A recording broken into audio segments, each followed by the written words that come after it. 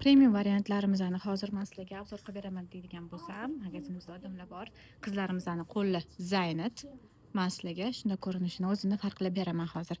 Premium variantimizni hozirda faqat qora, bej rangida nalichida bor, 48 razmer. Klientlarimiz bemalol kelib ko'rib ketishyapti. Bularga yana rozvoy, fistashka, ivory, tudim qolgan ranglarni zakazga qilib beramiz 60-razmergacha.